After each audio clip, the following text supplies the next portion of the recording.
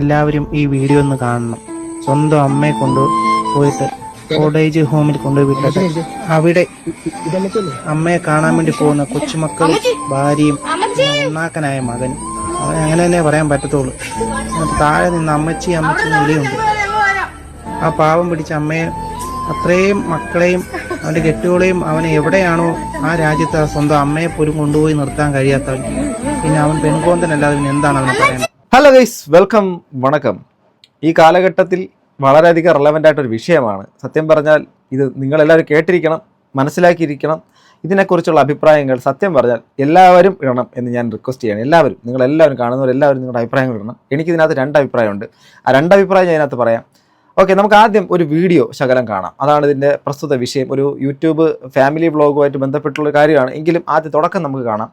തുടക്കം ഇച്ചിരി നമ്മളെ നൊമ്പരപ്പെടുത്തുന്ന രീതിയിലേക്കുള്ളൊരു സംഭവമാണ്. പക്ഷേ അതിൻ്റെ തുടർച്ച വേറെ രീതിയിലാണ്. കേൾക്കാം. എല്ലാവരും ഈ വീഡിയോ ഒന്ന് കാണണം. സ്വന്തം അമ്മയെ കൊണ്ടുപോയിട്ട് ഓൾഡ് ഏജ് ഹോമിൽ കൊണ്ടുപോയി വിട്ടിട്ട് അവിടെ അമ്മയെ കാണാൻ വേണ്ടി പോകുന്ന കൊച്ചുമക്കളും ഭാര്യയും ഒന്നാക്കനായ മകൻ, അങ്ങനെ തന്നെ പറയാൻ പറ്റത്തുള്ളൂ. താഴെ നിന്ന് അമ്മച്ചി അമ്മച്ചി വിളിയുണ്ട്. ആ പാവം പിടിച്ച അമ്മയെ, അത്രയും മക്കളെയും അവന്റെ കെട്ടുകളെയും അവനെ എവിടെയാണോ ആ രാജ്യത്ത് സ്വന്തം അമ്മയെ പോലും കൊണ്ടുപോയി നിർത്താൻ കഴിയാത്തവൻ, പിന്നെ അവൻ പെൺകോന്തനല്ലാതെ പിന്നെ എന്താണ് അവനെ പറയുന്നത്? ഓക്കെ, പെൺകോന്തനായ മകൻ എന്ന് പറയുന്ന രീതിയിൽ മറ്റൊരാൾ ഈ ഒരു ഈ വീഡിയോ ഇദ്ദേഹം ചെയ്തേക്കുന്ന വീഡിയോ, അതായത് യുവേഴ്സ് ഫാമിലി എന്ന് പറയുന്ന ഒരു ഫാമിലിക്കകത്ത് നടന്നൊരു കാര്യം. അവർ UK എന്തോ വർക്ക് ചെയ്യുന്നവരാണ്. അപ്പോൾ ആ സ്ഥലത്ത് നിന്ന് നാട്ടിലേക്ക് അവരുടെ 4-5 മക്കളെ കൂടെ കൊണ്ടുവന്ന് ഓൾഡ് ഏജ് ഹോമിലുള്ള തൻ്റെ അമ്മയെ, അദ്ദേഹത്തിൻ്റെ അമ്മയെന്നാണ് പറയുന്നത്, പക്ഷേ ബാക്കി പിന്നാലെ അവർ മറ്റു കുറേ കാര്യങ്ങൾ സംസാരിക്കുന്നുണ്ട്. ഇങ്ങനെ ഒരു സംഭവം പറയുന്നത്, അത് തത്വത്തിൽ ഇത്രയേ ഉള്ളൂ. അത് ഓൾഡ് ഏജ് ഹോമിലാക്കപ്പെട്ടു. മക്കൾ വിദേശ രാജ്യങ്ങളിൽ ജോലി ചെയ്യുന്നു. നാട്ടിൽ അവരുടെ മക്കളുമായിട്ടൊക്കെ വന്ന് ഓൾഡ് ഏജ് ഹോമിൽ വന്ന് അമ്മയെ കാണുന്നൊരു സംഭവം. ഇവർക്ക് ഇത്രയും വലിയ സാമ്പത്തിക സ്ഥിതിയും മറ്റുള്ള കാര്യങ്ങളൊക്കെ ഉണ്ടായിട്ടും എന്തുകൊണ്ട് അമ്മയും കൂടെ കൊണ്ടുപോയില്ല എന്നൊരു ചോദ്യമൊക്കെയാണ് ഇതിനകത്തുള്ള വീഡിയോയിൽ ചോദിച്ചേക്കുന്നത്. അപ്പം ഈ ഒരു വീഡിയോ ആയിട്ട് ബന്ധപ്പെട്ടിട്ട് ചെറിയൊരു കോൺട്രവേഴ്സി ഉണ്ടായിട്ടുണ്ട്. ആ കോൺട്രവേഴ്സിയിലേക്ക് കടക്കുന്നതിന് തൊട്ട് മുമ്പ് ഞാനൊരു കാര്യം നിങ്ങളുടെ മുമ്പിലേക്ക് ഒന്ന് കാണിക്കാം. ജസ്റ്റ് വെറുതെ ഒരു ഇത് മാത്രം, നിങ്ങൾ അതങ്ങനെ കണ്ടാൽ മതി. നടതള്ളൽ എന്നാണ്. എടാ വേണൂട്ട, ഇതിപ്പോൾ നമ്മുടെ വീടല്ലല്ലോ, ഇവിടെ നിറയെ എന്നെപ്പോലെ തലനിറച്ച വൃദ്ധരാണല്ലോ, എന്തിനാ ഇങ്ങൾ എന്നെ കൊണ്ടുവന്നേ എൻ്റെ കുട്ടിയെ? വാ നമുക്ക് തിരിച്ച് വീട്ടിലേക്ക് പോകാം. എനിക്ക് എൻ്റെ പേരക്കിടാങ്ങളെ കൂടെ കളിച്ച് ചിരിച്ച് മരിച്ചാൽ മതി. കുട്ടി, അമ്മയ്ക്ക് ഓർമ്മയില്ലാഞ്ഞിട്ടല്ലേ ഇന്നലെ മുഷിഞ്ഞ വസ്ത്രം ധരിച്ച് നിൻ്റെ ഉദ്യോഗസ്ഥർ വന്നപ്പോൾ അവിടെ കടന്നു വന്നത്? അത് അമ്മ അറിയാതെ ചെയ്തു പോയതാ. എൻ്റെ ഉണ്ണി അമ്മയോട് ക്ഷമിക്കേ. ഒരിക്കലും ഞാൻ അങ്ങനെ ചെയ്യില്ല. കണ്ണീരണിഞ്ഞ ആ വൃദ്ധയെ കുറച്ച് പേർ വന്ന് ഉള്ളിലേക്ക് കൈപിടിച്ച് കൊണ്ടുപോകാൻ തുടങ്ങി. വിറയാർന്ന ശബ്ദത്തോടെ നിറ കണ്ണുകളോടെ അവർ പറഞ്ഞു നിർത്തി, എൻ്റെ ഉണ്ണി വെക്കോ, അമ്മയ്ക്ക് തെല്ല് സങ്കടമില്ല, കുറച്ച് ദിവസം കൂടി അമ്മ കാണൂ. ഈ ശ്വാസം നിലച്ചാൽ എൻ്റെ മോൻ വന്ന് അമ്മയെ കൊണ്ടുപോകണം. നമ്മുടെ വരിക്കമാവിൻ്റെ ചോട്ടിൽ അച്ഛനുറങ്ങുന്ന മണ്ണിൽ എന്നെയും വെട്ടിമൂടണം. ആ വൃദ്ധസദനം ഇതുപോലെ എത്രയോ പേരുടെ കണ്ണുനീർ കണ്ടുകൊണ്ടാവണം. ചെറിയ ഒരു ചാറ്റൽ മഴ പുറത്ത് പെയ്തിറങ്ങി. ഞാൻ എത്രയോ വർഷങ്ങൾക്ക് മുമ്പ് എഴുതിയ ഒരു ചെറിയൊരു കഥയാണ്. ഓക്കെ, അത് ഞാൻ എൻ്റെ സുഹൃത്തുക്കൾക്ക് വേണ്ടിയിട്ട് ഞാൻ അത് ഷെയർ ചെയ്തിട്ടുണ്ടായിരുന്നു ഇൻസ്റ്റാഗ്രാമിനകത്ത്. സോ ഇത് ഞാനിവിടെ വായിക്കുക, എനിക്ക് ഈ ഒരു വിഷയം കേട്ടപ്പോൾ ഇത് റിലേറ്റ് ചെയ്തു. ഇത് പക്ഷേ രണ്ട് കോണ്ടെക്സ്റ്റാണ്. ഞാൻ എഴുതിയ ഇതിനകത്ത് ജോലിയുള്ള ഒരു വേണു എന്ന് പറയുന്ന വ്യക്തി, അദ്ദേഹത്തിൻ്റെ വളരെ ആഠ്യന്മാരായിട്ടുള്ള കുറേ ആൾക്കാർ വീട്ടിലേക്ക് വന്നപ്പോൾ മുഷിഞ്ഞ വസ്ത്രം ധരിച്ചുകൊണ്ടുവന്ന അമ്മയുടെ ആ ഒരു ചേഷ്ട കണ്ടിട്ട് ഇഷ്ടപ്പെടാതെ കൊണ്ട് അമ്മയെ കൊണ്ട് ഈ നടതള്ളുന്നൊരു പരിപാടി, അഥവാ ഒരു വൃദ്ധസാധനത്തെ കൊണ്ട് നടതള്ളുന്നൊരു പരിപാടിയാണ് ആ ഒരു സാധനം. ഇവിടെ സമാനമായ രീതിയിലാണ് ഇവരെ വിമർശിച്ചുകൊണ്ടിട്ട് ഇട്ട വ്യക്തി കണ്ടിരിക്കുന്നത്. പക്ഷേ അവർക്ക് പറയാനുള്ള സ്റ്റോറി, അഥവാ ഈ ഒരു യുവേഴ്സ് ഫാമിലി എന്ന് പറയുന്ന 24 ലക്ഷത്തോളം സബ്സ്ക്രൈബേഴ്സ് ഉള്ള, ഞാൻ ഇതുവരെ കണ്ടിട്ടില്ല ഇവരുടെ വീഡിയോ, അറിയില്ല, നമ്മൾ കണ്ടിട്ടില്ല, ചിലപ്പോൾ ഷോർട്സിലൂടെ റീച്ച് ആയതായിരിക്കാം. അപ്പോൾ അവർക്ക് പറയാനുള്ള സ്റ്റോറി മറ്റൊന്നാണ്. നമുക്ക് അവരുടെ ഭാഗം ഒന്ന് കേൾക്കാം, എന്നിട്ട് ബാക്കിയുള്ള കാര്യങ്ങൾ സംസാരിക്കാം. സോഷ്യൽ മീഡിയ ആണ്, വീഡിയോസൊക്കെ അപ്ലോഡ് ചെയ്യുമ്പോൾ ഇങ്ങനെയുള്ളതൊക്കെ പ്രതീക്ഷിച്ച് തന്നെയാണ് അപ്ലോഡ് ചെയ്യുന്നത്. കഴിഞ്ഞ 2 ദിവസമായിട്ട് ഞങ്ങളുടെ ഒരു വീഡിയോയ്ക്ക് എതിരെ നല്ല രീതിയിലൊരു സൈബർ അറ്റാക്ക് നടന്നുകൊണ്ടിരിക്കുകയാണ്. പല സ്ഥലത്തുനിന്നും ഞങ്ങളെ വിളിച്ച് പറയുന്നുണ്ട്. ഞങ്ങളുടെ പേജിൽ വന്നത് വേറെ വോയിസ് ഓവർ ഇട്ടാണ് പലരും ഇട്ടേക്കുന്നത്. അപ്പോൾ സ്വാഭാവികമായിട്ട് ഞങ്ങളുടെ പേജിൽ, ഫേസ്ബുക്കിലും ഞങ്ങളുടെ ഇൻസ്റ്റാഗ്രാമിലും വന്ന് കുറേ പേര് നല്ല രീതിയിൽ കമൻറ്റ് ഇട്ടവരുണ്ട്. അതുപോലെ തന്നെ നല്ല ബാഡ് കമൻറ്റ് ഇട്ടവരുണ്ട്. സ്വാഭാവികം, കാരണം ഒരു വീഡിയോയ്ക്ക് എല്ലാം പോസിറ്റീവ് ആണെന്ന് ഞങ്ങൾ ഒരിക്കലും ചിന്തിക്കുന്നില്ല. അതിനകത്ത് ബാഡ് കമൻറ്റ് ഇട്ടവരെ നമ്മൾ ഒരിക്കലും തെറ്റ് പറയില്ല. കാരണം ഒരു സുപ്രഭാതത്തിൽ ഒരു വീഡിയോ ഇട്ട് അപ്ലോഡ് ചെയ്യുമ്പോഴേക്കും അതിൻ്റെ സത്യാവസ്ഥ എന്താണെന്ന് അവർക്ക് അറിയാൻ മേലാതെ അവരുടെ ഉള്ളിലെ വിഷമമാണ് ആ കമൻറ്റിലൂടെ അവർ ഇട്ടത്. പക്ഷേ ആ വീഡിയോ പലരും എന്താ ചെയ്യുക, വോയിസ് ഓവർ ഇട്ട് പല രീതിയിലും വേറെ പല ആയിട്ട് വ്യാഖ്യാനിച്ചുകൊണ്ട് സോഷ്യൽ മീഡിയയിൽ അപ്ലോഡ് ചെയ്തിട്ടുണ്ട്. അതിൽ കുറച്ച് പേർക്കെതിരെ നമ്മൾ ലീഗലായിട്ട് മൂവ് ചെയ്തിട്ടുണ്ട്. അതിൻ്റെ പേപ്പർ വർക്കൊക്കെ നടന്നുകൊണ്ടിരിക്കുകയാണ്. കാരണം അതിനകത്ത് ഞാൻ വരുന്നില്ല, എൻ്റെ വൈഫും 12 വയസ്സ് തൊട്ട് 10 മാസം വരെയുള്ള എൻ്റെ മക്കൾ 5 മക്കളാണ് ആ പല പോസ്റ്റിലും വന്നേക്കുന്നത്. അപ്പോൾ അവർക്കെതിരെ ആസ് എ ഫാദർ ഞാൻ തീർച്ചയായിട്ടും അവരുടെ പേജ് അവരുടെ ഡീറ്റെയിൽസും എല്ലാം നമ്മൾ കളക്ട് ചെയ്തിട്ടുണ്ട്. നിയമ നടപടിക്ക് പോയിരിക്കും. പിന്നെ ഈ ഒരു വീഡിയോയിലെ സത്യാവസ്ഥ എന്താണെന്ന് ആരെയും ബോധിപ്പിക്കേണ്ട എന്ന് തീരുമാനിച്ച വ്യക്തിയാണ്. കാരണം ഇത് എൻ്റെ അമ്മയല്ല, എൻ്റെ വൈഫിൻ്റെ അമ്മയാണ്. എൻ്റെ അമ്മയെ പോലെ തന്നെയാണ്, എൻ്റെ അമ്മയാണ്, അമ്മയെ പോലെ അല്ല അമ്മയാണ്, വൈഫിൻ്റെ അമ്മയാണ്. അമ്മയ്ക്ക് 2 മക്കളാണുള്ളത്. ഒരാൾ UK-ലാണ്, ഒരാൾ കുവൈറ്റിലാണ്, അതായത് എൻ്റെ വൈഫ്. അപ്പോൾ ഇവരെ 2 പേരെയും ബോധിപ്പിച്ചാൽ മതി ഈ അമ്മയ്ക്ക്, അല്ലെങ്കിൽ ഇവർക്ക് 2 പേർക്കും ഈ അമ്മയെ ബോധിപ്പിച്ചാൽ മതി. അതായത് ഞങ്ങൾ നോക്കുന്നുണ്ടോ, അമ്മയെ നോക്കുന്നുണ്ടോ. അപ്പോൾ UK-ലല്ല കേട്ടോ, കുവൈറ്റിലാണ്. ഓക്കെ, അപ്പോൾ മറ്റേ വീഡിയോക്കകത്ത് ഓക്കെ മാത്രം കെയർ ചെയ്യുന്നുണ്ടോ എന്ന് വേറെ ആരെയും ബോധിപ്പിക്കേണ്ട ആവശ്യമില്ല. പക്ഷേ ഞങ്ങളുടെ പല സുഹൃത്തുക്കളും ഞങ്ങളുടെ പല ഫോളോവേഴ്സും ഞങ്ങൾ പേഴ്സണലി മെസ്സേജ് അയക്കുകയും ഞങ്ങൾ കോൺടാക്ട് ചെയ്യുകയും പറഞ്ഞതിൻ്റെ ഭാഗമായിട്ടാണ് ചെറിയൊരു ക്ലാരിഫിക്കേഷനായിട്ട് ഞങ്ങൾ വീഡിയോ ചെയ്യുന്നത്. ആദ്യം തന്നെ പറയട്ടെ, ഈ സെൻറ്റ് മാത്യൂസ് എന്ന് പറയുന്നത് ഒരു ഓൾഡ് ഏജ് ഹോമോ ഒരു അനാഥാലയോ അങ്ങനെ ഒരു സംഭവമല്ല. കാരണം പല മെസ്സേജിൽ നമുക്ക് കാണാൻ പറ്റി, നിങ്ങൾ അമ്മയെ കൊണ്ട് അനാഥാലയത്തിൽ കൊണ്ട് തള്ളിയിട്ടേച്ച് പോയി, അമ്മ എന്തുമാത്രം കഷ്ടപ്പെടുന്നുണ്ടോ, എന്തുമാത്രം ദുഃഖം അനുഭവിക്കുന്നുണ്ടോ, അങ്ങനെയുള്ള ഓരോ കാര്യങ്ങൾ അമ്മയെ കൊണ്ട് ഓൾഡ് ഏജ് ഹോമിൽ കൊണ്ട് ആക്കിയിട്ട് അങ്ങ് പോയി എന്ന്. ഇതൊരു റിട്ടയർമെൻറ്റ് ഹോമാണ്. അതായത് നമുക്ക് സ്വയം ഇഷ്ടപ്രകാരം ഇവിടെ വന്ന് എല്ലാവിധ സൗകര്യങ്ങളും കൂടി താമസിക്കുന്ന ഒരു ഹോം. അപ്പം നിങ്ങൾ ചോദിക്കും, മക്കളുടെ ഒപ്പമുള്ള ജീവിതമല്ലേ ഏത് അമ്മയും അപ്പനും ആഗ്രഹിക്കുന്നത്? തീർച്ചയായിട്ടും 100% ശരിയായിട്ടുള്ള ഉത്തരമാണ്. പക്ഷേ സാഹചര്യങ്ങൾ എന്ന് പറയുന്നൊരു സംഭവമുണ്ട്. അപ്പം അതിനെ ഞാൻ പറയുന്നതിനേക്കാൾ കൂടുതൽ അമ്മയുടെ മോള് തന്നെ കാര്യങ്ങൾ ഇവിടെ ഈ പറഞ്ഞതെല്ലാം നമുക്ക് മുഖവിലേക്ക് എടുക്കാം. കാലഘട്ടം മാറി, നമ്മുടെ ജോലി തേടി നമ്മുടെ ഇവിടെ തന്നെ ഒരുപാട് ഓവർ പോപ്പുലേഷനാണ് നമ്മുടെ നാട്ടിൽ. അതുകൊണ്ട് തന്നെ നമുക്കിവിടെ അഭ്യസ്ത വിദ്യരായിട്ടുള്ള ആൾക്കാർക്ക് നല്ല ജോലിയും മറ്റുള്ള കാര്യങ്ങളും കിട്ടുന്ന ഒരു സാഹചര്യമൊക്കെ വളരെ കുറവാണ്. ഇതൊക്കെ നമ്മൾ സത്യസന്ധമായിട്ട് തന്നെ മനസ്സിലാക്കണം. എത്ര തന്നെ പറഞ്ഞിരുന്നാലും തൊഴിലില്ലായ്മ രൂക്ഷമാണ്. അതുകൊണ്ട് തന്നെ ഇവിടുത്തെ തൊഴിലില്ലായ്മയുടെ കാരണം, ഇവിടുത്തെ സ്വാതന്ത്ര്യമില്ലായ്മയുടെ കാരണങ്ങൾ കാരണം, പലതരത്തിലുള്ള സാമൂഹിക, രാഷ്ട്രീയ, മതപരമായ കാരണങ്ങൾ കാരണം യുവത ഇവിടെ നിന്ന് നാടോട്ട് പോകുന്നൊരു കാഴ്ചയും കൂടെ ഉണ്ട്. എനിവേ, എന്തായിരുന്നാലും നമ്മുടെ വിഷയം, അവർ വിദേശ രാജ്യത്ത് ജോലി ചെയ്യുന്നു. ഒരാളിപ്പം ഇദ്ദേഹത്തിൻ്റെ വൈഫായിട്ടുള്ള അവരുടെ അമ്മയാണ് അവിടെ മേൽ നമ്മൾ കണ്ടത്. അപ്പോൾ ഇവർക്ക് 5 കുഞ്ഞുങ്ങളുണ്ടെന്ന് ഇവിടെ പറഞ്ഞു നിർത്തുന്നു. 5 കുഞ്ഞുങ്ങളും ഇവർ വിദേശത്ത്, അഥവാ കുവൈറ്റിലാണ് ഇവർ ജോലി ചെയ്യുന്നത്, അവിടെയാണ് വർക്ക് ചെയ്യുന്നത്. മറ്റൊരാൾ UK-ലാണെന്ന് പറയുന്നു. എനിവേ, ഇപ്പം 2 മക്കൾ 2 സ്ഥലത്ത് വർക്ക് ചെയ്യും, മറ്റുള്ള കാര്യങ്ങൾ, ജീവിത സാഹചര്യങ്ങൾ കാരണം അവർക്ക് അമ്മയെ അങ്ങോട്ട് കൊണ്ടുപോകാൻ വേണ്ടിയിട്ട് പറ്റത്തില്ല എന്നുള്ള രീതിയിലേക്കൊക്കെയാണ് പറയുന്നത്. ഞാൻ ഈ ഒരു കോണ്ടെക്സ്റ്റിനെ ബ്രേക്ക് ചെയ്യാനൊന്നും ആഗ്രഹിക്കുന്നില്ല. ഓരോരുത്തരുടെ ജീവിത സാഹചര്യം അവർക്ക് അറിയാൻ വേണ്ടിയിട്ട് പറ്റുള്ളൂ. അത് നിങ്ങൾ അങ്ങനെ ചെയ്യാൻ പാടില്ല, നിങ്ങൾ ഇങ്ങനെ ഇവരെ കൊണ്ടുപോയി പറ്റുള്ളൂ എന്ന് ഞാൻ പറയുന്നില്ല. എങ്കിലും എൻ്റെ ഈ ഒരു ചെറിയ ബുദ്ധിയിൽ മാത്രം ഒരു കാര്യം, ഒരു വളരെ മാന്യമായ ഒരു കാര്യം, 5 മക്കളും 2 പേരുമായിട്ട് താമസിക്കുന്നു. ഞാൻ വിമർശിക്കുന്നതേ അല്ല, അങ്ങനെ ചിന്തിക്കുകയേ വേണ്ട. 5 മക്കളെയും ഇതുമായിട്ട് താമസിക്കുന്നവർക്ക് ഒരമ്മയും കൂടെ കരുതാൻ കഴിയില്ലേ?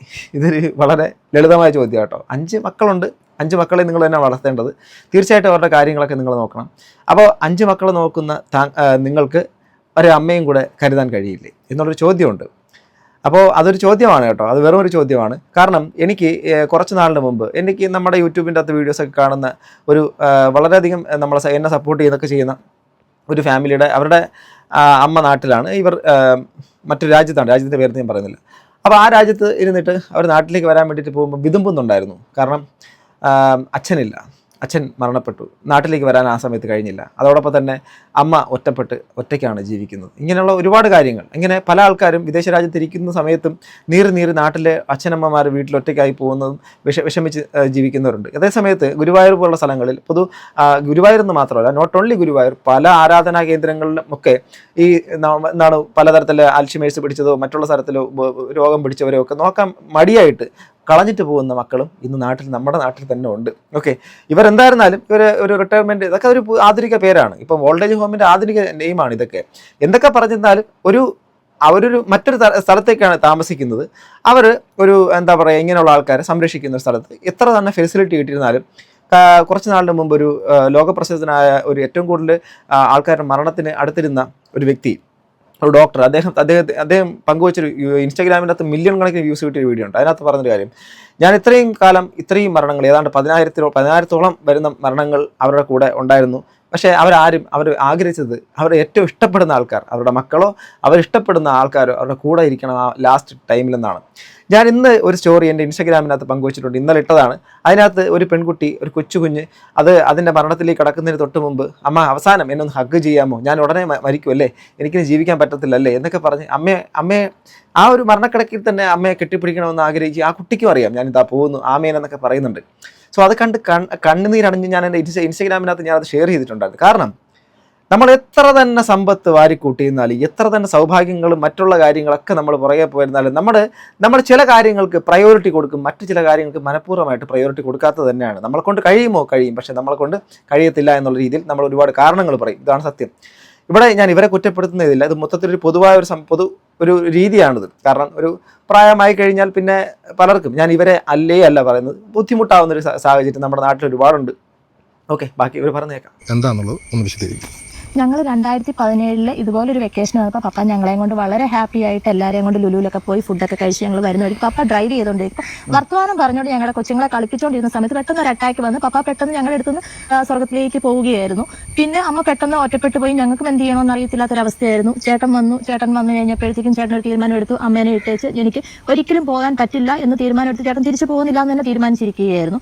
അപ്പോൾ ഞാനാണ് പറഞ്ഞ് മനസ്സിലാക്കിയത്, നീ അവിടെ ലോണും കാര്യങ്ങളും എടുത്ത് നിൽക്കുന്നു, നിനക്ക് ഭാര്യയുണ്ട്, കുഞ്ഞുങ്ങളുണ്ട്, അമ്മേനെ നോക്കണം, അമ്മയ്ക്ക് ഇപ്പോൾ ഉള്ള അതേ സ്റ്റാൻഡേർഡ് ഓഫ് ലിവിങ് കൊടുക്കണമെങ്കിൽ നീ അവിടെ പോയേ മതിയാവുള്ളൂ എന്ന് പറഞ്ഞ് ഞാനാണ് പറഞ്ഞ് മനസ്സിലാക്കി ചേട്ടനെ വിടുന്നത്. എനിക്കും എൻ്റെതായ കാര്യങ്ങളിലേക്ക് പോയേ മതിയാവുള്ളൂ. അപ്പോൾ ഞാൻ വിചാരിക്കുന്നത് ഞങ്ങൾക്ക് ചെന്നിട്ട് ഒന്നെങ്കിൽ ചേട്ടനൊരു പെർമനന്റ് വിസ ഉണ്ടാക്കാം, അല്ലെങ്കിൽ എനിക്ക് എൻ്റെ പപ്പയുടെ ഡെത്ത് സർട്ടിഫിക്കറ്റ് കാണിച്ച് അമ്മയ്ക്കൊരു ഫാമിലി വിസ ഉണ്ടാക്കാം എന്നാണ് കരുതിയിരുന്നത്. ഞാൻ ചെന്നു, ഞാൻ എൻ്റെതായ രീതിയിൽ ഫാമിലി വിസയ്ക്ക് വേണ്ടി ഞാൻ ട്രൈ ചെയ്തു. പപ്പ മരിച്ചു പോയതിന് ഡെത്ത് സർട്ടിഫിക്കറ്റ് കാണിച്ച് നമുക്ക് ഫാമിലി വിസയ്ക്ക് ട്രൈ ചെയ്തു. ഒരു തരവും എനിക്ക് കിട്ടിയില്ല. കഷ്ടിച്ച് എനിക്കൊരു 3 മാസത്തെ വിസിറ്റിംഗ് വിസ ആ സമയത്ത് കൊടുക്കുന്നുണ്ടായിരുന്നു. അങ്ങനെയാണ് ആദ്യം പപ്പ മരിച്ച ശേഷം ആദ്യമായിട്ട് അമ്മ വരുന്നത് കുവൈറ്റിലേക്കാണ്. അങ്ങനെ കറക്റ്റ് വിസിറ്റിംഗ് വിസയുടെ ടൈമിംഗ് കഴിഞ്ഞു ട്രൈ ചെയ്തു കേട്ടോ. അതിപ്പം നമ്മളിപ്പം ജഡ്ജ് ചെയ്യാൻ പാടില്ല. ഞാൻ ഇപ്പോഴും അത് പറയുന്നത്, അവരത് ട്രൈ ചെയ്തു അമ്മയെ കൊണ്ടുപോകാൻ. ഞാൻ ആദ്യം കണ്ടത് ഇതിൻ്റെ പ്രിലിമിനറി ആ ഒരു സംഭവത്തിൻ്റെ അകത്തൊരു ഇത് മാത്രമാണ്. പക്ഷേ ഇവിടെ അവരെ കൊണ്ടുപോകാൻ വേണ്ടി ശ്രമിച്ചു എന്ന് പറയുമ്പോഴേക്കും സത്യം പറയാൻ വളരെ സന്തോഷമുള്ളൊരു കാര്യം. അവർ ട്രൈ ചെയ്തിട്ട് അത് നടക്കാത്തതാണ്. ഇവിടെ എത്തി ചേട്ടൻ പെർമനന്റ് വിസയ്ക്ക് ട്രൈ ചെയ്തു. ഒരു തരവും പെർമനന്റ് വിസ ഇതുവരെയും ശരിയായിട്ടില്ല. അതിൻ്റെ ഇടയ്ക്ക് പല പ്രാവശ്യം 6 മന്തിന് അമ്മ 6 മന്ത് അവിടെ പോയി UK പോയി നിന്നു. തിരിച്ച് UK നിന്ന് 6 മന്ത് കഴിഞ്ഞ് എക്സിറ്റ് ആയി കഴിഞ്ഞാൽ വീണ്ടും 6 മന്ത് കഴിഞ്ഞിട്ടേ അമ്മയ്ക്ക് വീണ്ടും അവിടെ എൻട്രി ചെയ്യാൻ പറ്റുള്ളൂ. ഇതിൻ്റെ ഇടയ്ക്ക് അമ്മ ഒരു തവണ പോയി നോക്കി, 6 മന്ത് ഗ്യാപ്പിന് മുമ്പേ പോകാൻ ശ്രമിച്ചു. UK ചെന്നു, എയർപോർട്ടിൽ വെച്ച് മക്കളെ പോലും കാണാണ്ട് എയർപോർട്ടുകാർ തിരിച്ച് കയറ്റി വിട്ടു. അപ്പോൾ അങ്ങനെ ഒരു സാഹചര്യത്തിൽ അമ്മ ഇവിടെ അവിടെയും ഇവിടെയും UK യിലും കുവൈറ്റിലുമായിട്ട് വന്നും പോയി നിൽക്കുകയായിരുന്നു. ഇതിന്റെ ടൈം ഗ്യാപ്പിൽ അമ്മ സ്വന്തം വീട്ടിൽ ഒറ്റയ്ക്ക് ഒരു 2 നില വീട്ടിൽ മഴയത്തും വെയിലത്തും ഇരുട്ടത്തും കറണ്ട് പോകുമ്പോഴും ഇടിയാണേലും എല്ലാം ഒറ്റയ്ക്കായിരുന്നു കഴിഞ്ഞുകൊണ്ടിരുന്നത്. അമ്മ ഭയങ്കര ഡിപ്രസ്ഡ് ആയിരുന്നു. അതിൻ്റെ ഇടയ്ക്ക് ഞങ്ങൾ ഹോം നേഴ്സിനെ വെച്ച് നോക്കി, വന്നും പോയി നിൽക്കുന്ന മേഡുമാരെ വെച്ച് നോക്കി. അമ്മ അതിലൊന്നും ഒട്ടും സാറ്റിസ്ഫൈഡ് അല്ലായിരുന്നു. സമയത്തൊക്കെ രാത്രി ഒരു ഫോൺ കോൾ വരും, ഈ നല്ല മഴയൊക്കെ ഉള്ളപ്പോഴേക്കും. അപ്പം വിളിച്ചിട്ട് ഒന്നും പറയാല, ഞങ്ങളൊന്നും പറയാല, വിളിച്ചിട്ട് എന്നാ മോളെ ചുമ്മാ വിളിച്ചതോളെന്നൊക്കെ പറഞ്ഞിരിക്കും. പക്ഷേ അവര് വളരെ ആത്മാർത്ഥമായിട്ട് പറയുന്ന കേട്ടോ. നമ്മൾ സത്യം പറഞ്ഞാൽ മനുഷ്യരെ നമുക്ക് കുറ്റപ്പെടുത്താൻ വളരെ എളുപ്പമാണ്. മറിച്ച് അവർ പറയുന്ന ആ ഒരു വിഷയം നമ്മൾ കുറച്ചു നേരം കേട്ട് കഴിഞ്ഞാൽ ആ കുറ്റപ്പെടുത്തലുകൾ തന്നെ മാറിപ്പോകും. കാരണം അവരുടെ സാഹചര്യങ്ങൾ, ഇപ്പം അവർ നോക്കൂ, UK യിലുള്ള മകൻ അദ്ദേഹം അങ്ങോട്ട് കൊണ്ടുപോയി, ഇവർ കുവൈറ്റിലേക്ക് കൊണ്ടുപോകുന്നു, ഇതെല്ലാം ചെയ്യുന്നു. അവരെ കൊണ്ടുപോകാനുള്ളതും നിർത്താനുള്ള എല്ലാ സാഹചര്യങ്ങളും നോക്കി അത് പരാജയപ്പെടുകയാണ് ഉണ്ടായത്. അത് മാത്രമല്ല, ഈ നൊസ്റ്റാൾജിയ എന്നുള്ള സാധനമുണ്ട്. കാരണം ഇപ്പോൾ അവരുടെ ഓർമ്മകൾ ഉറങ്ങുന്ന അല്ലെങ്കിൽ മറ്റുള്ള സ്ഥലങ്ങൾ എല്ലാം കൂടെ അവർ വേണമെന്ന് ആഗ്രഹിക്കുമ്പോഴും അവരുടെ തന്നെ ചില ഓർമ്മകളുണ്ടല്ലോ. ഇപ്പോൾ ഭർത്താവിനോടുള്ള ഓർമ്മ, ആ വീടുമായിട്ടുള്ള ബന്ധം, ആ ഒരു കാര്യങ്ങളൊക്കെ, അല്ലെങ്കിൽ നാട്ടുകാർ, വീട്ടുകാർ, നാട് എന്നുള്ള സംഭവം, അതൊക്കെ പ്രായമുള്ള ആൾക്കാർക്കൊക്കെ അത് വളരെ ഇമ്പോർട്ടൻ്റ് ആണ്. അപ്പോൾ അതുകൊണ്ട് അവർക്ക് ഇവിടം വിട്ട് പറിച്ച് നടപ്പെടുക എന്നുള്ള കാര്യം പെട്ടെന്ന് താല്പര്യം ഉണ്ടാവണമെന്നില്ല. എങ്കിലും മക്കളെന്നുള്ള നിലയ്ക്ക് അവർ രണ്ടുപേരും അത് നന്നായിട്ട് ട്രൈ ചെയ്തു എന്നുള്ള കാര്യം ഇതിൽ നിന്ന് മനസ്സിലാക്കാൻ വേണ്ടിയിട്ട് പറ്റുന്നു. അത് നമ്മൾ ശരിക്കും പറഞ്ഞാൽ അഭിനന്ദിക്കേണ്ട ഒരു കാര്യമാണ്. അമ്മയെ കൂടെ കൊണ്ടുവരാൻ ട്രൈ ചെയ്തു. എന്തായിരുന്നാലും ഞാനിതിലധികം അഭിപ്രായം പറയുന്നില്ല. കാരണം ഇതൊരു വളരെ പേഴ്സണലായിട്ടുള്ളൊരു മാറ്ററായിട്ട് തോന്നുന്നു. പിന്നെ ഞാൻ പൊതുവിലൊരു കാര്യം ഞാൻ പറയാം, ഇത് ഞാൻ കാണുന്ന വ്യൂവേഴ്സിനോട് പറയാം. ഒരു പരിധിവരെയൊക്കെ നമുക്ക് ജീവിക്കാനുള്ള നമുക്ക് ജീവിക്കാൻ പൈസ വേണം കേട്ടോ. ആര് പൈസ ഇല്ല വേണ്ട എന്ന് പറഞ്ഞാലും, അത് എത്ര ഫിലോസഫി ആണെങ്കിലും ജീവിക്കാൻ പൈസ വേണം. പൈസ വേണ്ട എന്ന് പറഞ്ഞാലും നമുക്ക് പൈസ വേണം. പക്ഷേ നിങ്ങൾക്ക് ഒരു പരിധി നിങ്ങൾക്ക് ഉണ്ടാവുമല്ലോ, നിങ്ങൾക്കൊരു ആംബിഷൻ ഉണ്ടാവുമല്ലോ. ആംബിഷൻ ആ ഒരു ലെവലിലേക്ക് എത്തുക, ആ ഒരു ആഗ്രഹമൊക്കെ സബലീകരിക്കുക. അതിനുശേഷം നമ്മുടെ കൂടുകളിലേക്ക് തന്നെ വരണം. തിരിച്ച് കൂടുകളെന്ന് പറഞ്ഞു കഴിഞ്ഞാൽ വേരുകളാണ്, കടവേരുകളെന്ന് പറയും. ആ വേരുകൾ ഒരു സുപ്രഭാതത്തിൽ നഷ്ടപ്പെട്ട് കഴിഞ്ഞാൽ, ആ വേരുകൾ പിന്നെ ഇല്ലാതായി കഴിഞ്ഞാൽ, ആ തണൽ മരം ഇല്ലാതായി കഴിഞ്ഞാൽ, പിന്നെ നമുക്ക് അവിടെ വന്ന് മഴ കൊള്ളാം, വെയിൽ കൊള്ളാം എന്നുള്ളതിനപ്പുറം നമ്മൾ അവിടെ ശൂന്യമാണ്. ഞാൻ പറയുന്നത് നിങ്ങൾക്ക് മനസ്സിലാവുന്നുണ്ടെന്ന് ഞാൻ വിശ്വസിക്കുന്നു. അതായത് ഞാൻ ആ കഥയിൽ എഴുതിയ ആ എന്തോ ഒരു അനുഭവം കൊണ്ട് എഴുതി പോയ എവിടെയോ ഒരിടത്ത് ഞാനിതുപോലൊരു ഓൾഡേജ് ഹോമിൽ പോയ സമയത്ത് ഞാൻ കുറച്ച് അമ്മമാരെയും, ഇത് കുറേ വർഷങ്ങൾക്ക് മുമ്പാണ്, അവരൊക്കെ കണ്ട് അന്ന് എനിക്ക് അവരെ കണ്ടിട്ട് എനിക്ക് വിഷമം തോന്നി. ഞാൻ അങ്ങനെ വന്നിരുന്ന് കുറിച്ചാണ് ആ സാധനം, അങ്ങനെ ഒരു ഭാവനയിൽ എഴുതിയതാണ്. പക്ഷേ അങ്ങനെ സാഹചര്യമുള്ള സ്ഥലങ്ങൾ ഉണ്ടായേക്കാം. അതുപോലെ നിങ്ങൾ എത്രയാണെങ്കിലും കുറേയധികം പണങ്ങളൊക്കെ സമ്പാദിച്ചില്ല അതിന് ശേഷം ഈ വൃദ്ധരായിട്ടുള്ള ആൾക്കാരുടെ അടുത്തേക്കൊക്കെ വരാൻ ശ്രമിക്കുക. കാരണം ഇന്ന് ഞാൻ നാളെ നീ എന്നാണ്. നമ്മളും അതേ സ്ഥലത്തേക്ക് വീണ്ടും എത്തും. അപ്പോൾ നമ്മുടെ മക്കൾ ഇതിനെക്കാട്ടി വലിയ തിരക്കുകളിൽ, ഇതിനെക്കാട്ടി വലിയ ജോലികളിൽ മറ്റ് പല രാജ്യങ്ങളിലേക്കും നടക്കും. അവരന്ന് പോകുന്നതിന് നമുക്ക് പ്രാക്ടിക്കലി യോജിക്കാൻ പറ്റും. ഇവരെയല്ല ഞാൻ പറഞ്ഞ പൊതുവിലുള്ള കാര്യം പറഞ്ഞു. ആരും ഇവരെ കുറ്റപ്പെടുത്തുകയും വേണ്ട. അപ്പോൾ മനസ്സിലാക്കണം, ഇതെല്ലാം കഴിഞ്ഞതിന് ശേഷം നമ്മൾ ആ അവസ്ഥയിലേക്ക് എത്തുമ്പോൾ മാത്രം ചിലത് മനസ്സിലാവുകയുള്ളൂ. അതുകൊണ്ട് ഒരു പരിധിവരെയൊക്കെ എല്ലാം കഴിഞ്ഞതിന് ശേഷം തിരിച്ച് സ്വന്തം കൂടുകളിലേക്കും വീടുകളിലേക്കും എത്തണം. അവിടെ വൃദ്ധരായിട്ടുള്ള മാതാപിതാക്കളുണ്ടെങ്കിൽ അവരെ സംരക്ഷിക്കാനുള്ള ശ്രമം നടത്തണം. ഇപ്പോൾ അവർ ചെയ്യുന്നില്ല എന്നല്ല, ഇവർ ചെയ്യുന്നുണ്ട്. ഇവർ അതിനെ മറ്റൊരു സ്ഥലത്തേക്കൊക്കെ മാറ്റി അവിടെ നന്നായിട്ട് പരിചരിക്കുന്നു, നല്ല ഫെസിലിറ്റീസൊക്കെ കിട്ടുമെന്നൊക്കെ പറയുന്നു. ഓക്കെ, നിങ്ങൾക്ക് ഇതൊക്കെ അക്സെപ്റ്റബിൾ ആണോ എന്ന് വെച്ചാൽ പലരും ചിലപ്പോൾ വളരെ നാട്ടിൻപുറത്തായിട്ട് ആൾക്കാർക്ക് അക്സെപ്റ്റ് ചെയ്യാൻ വളരെ ബുദ്ധിമുട്ടായിരിക്കും. എങ്കിലും ഞാൻ പറയുന്നു, കാലഘട്ടം മാറി. വിദേശ രാജ്യങ്ങളിലൊക്കെ ജോലിക്ക് പോകുന്നിടത്ത് വളരെ കഷ്ടപ്പെട്ടുള്ള ജീവിതങ്ങൾ, അതോടൊപ്പം തന്നെ അവരുടെ ലോണുകൾ, മറ്റുള്ള കാര്യങ്ങൾ, ദൈനംദിന ജീവിതങ്ങൾ ഒക്കെ, വിദ്യാഭ്യാസം, പിള്ളേരുടെ ഒക്കെ അവർക്ക് പറ്റത്തില്ല. അതുകൊണ്ട് അവർക്കും അതിൽ അഡ്ജസ്റ്റ് ചെയ്ത് പോയേ പറ്റുള്ളൂ. ഒരു യാന്ത്രിക ജീവിതത്തിലേക്കാണ് നമ്മൾ കടക്കുന്നത്. അല്ലെങ്കിൽ അതെല്ലാം കളഞ്ഞിട്ട് വരണം. അതുകൊണ്ട് ഞാൻ കേൾക്കുന്നവരോട് പറയുന്നത്, എപ്പോഴും ഒരു കരുതൽ വേണം. അച്ഛനമ്മമാരെന്നുള്ളൊരു കരുതൽ വേണം. പൂർണ്ണമായി ഒഴിവാക്കാതിരിക്കുക. ഇപ്പോൾ അവർ നോക്കുന്നുണ്ട്. മറ്റത് പൂർണ്ണമായി അവഗണിച്ച് ഒഴിവാക്കി നശിപ്പിക്കുന്ന ഒരു തരത്തിലേക്കാണ്. അങ്ങനെയൊന്നും ചെയ്യാതിരിക്കുക എന്നുള്ളത് മാത്രമേ പറയാനുള്ളൂ. എത്രയാണെങ്കിലും നമ്മളെ സൃഷ്ടിച്ചവരെ നമ്മളൊന്ന് മറക്കാതിരിക്കുക. അത് നല്ലതാണെന്ന് തോന്നുന്നു. നിങ്ങളുടെ അഭിപ്രായം താഴെ കമന്റ് ബോക്സിൽ രേഖപ്പെടുത്താം. അടുത്തൊരു വീഡിയോ വീണ്ടും കാണുന്നത് ഗൈസ്. ബൈ.